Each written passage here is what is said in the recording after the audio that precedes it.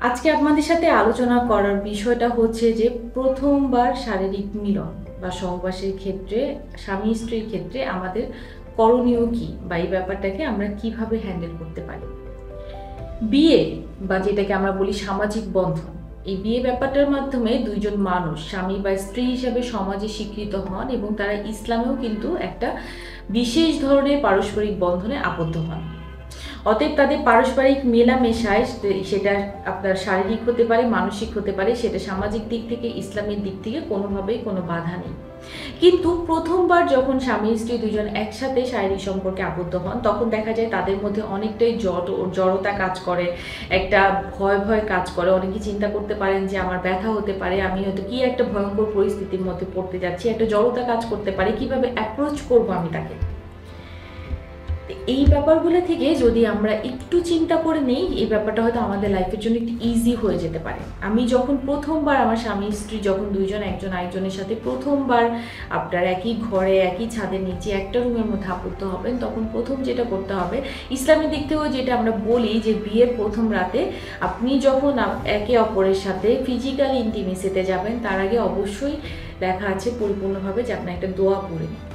যে দোয়াতে ১ম এই আপনার বলা থাকবে যে যেকোনো ধরনের কুমন্ত্রণা, কোনো কুপ্ররোচনা, কোনো প্রভাব থেকে এবং শয়তানের প্ররোচনা থেকে যেন ওই কাপলদেরকে, ওই স্বামী-স্ত্রীকে যেন বাঁচিয়ে রাখে। তারা যেন অবশ্যই পারস্পরিকভাবে এই দোয়াটা পড়ে তারপরে যেন তারা সহবাসের দিকে যায়।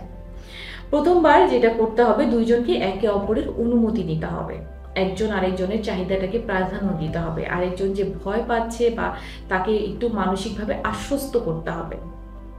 ১ম বার শারীরিক মিলনের ক্ষেত্রে অনেকেই দেখা যায় যে পরিপূর্ণভাবে সেটা নাও করতে পারে। এতে আরেক সঙ্গীর উপর বিরক্ত হওয়া যাবে না বা তাকে ছোট করে দেখা যাবে না।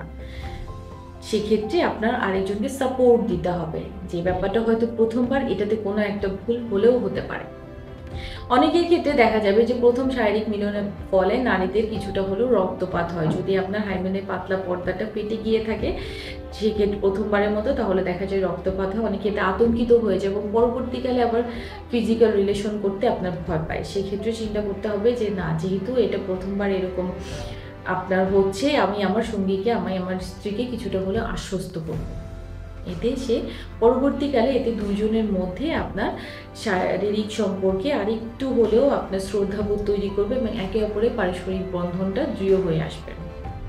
যেহেতু আমরা ভয় না পেয়ে, জড়তা না করে স্বামী-স্ত্রীর যে পবিত্র সম্পর্ক, ওটা মহান আল্লাহ তাআলার কাছ থেকে চলে আসছে, এটার উপর শ্রদ্ধাবোধ তৈরি করি এবং আমরা অবশ্যই জিনিসগুলো ইসলামিক শরিয়ত মোতাবেক এবং আমাদের মেডিকেল টার্মে চিকিৎসকের শরণাপন্ন হয়ে যেভাবে বলে, সেভাবে আমরা এই জিনিসটাকে জীবনে উপভোগ করার চেষ্টা করি। যদি কোনো ধরনের অক্ষমতা তৈরি হয় বা আমি যদি প্রপারভাবে গাইডলাইন না পাই, তাহলে কোনো ধরনের লজ্জা বা কোনো ধরনের আপনার আশঙ্কা না রেখে, অস্বস্তিতে না ভুগে যত দ্রুত সম্ভব একজন চিকিৎসকের শরণাপন্ন হই, যাতে এটা আমার পরবর্তী দীর্ঘমেয়াদী জীবনের জন্য খুব সুন্দর একটা সম্ভাবনা নিয়ে আসে। আজকে এই পর্যন্তই। আপনারা ভালো থাকবেন। আসসালামু আলাইকুম।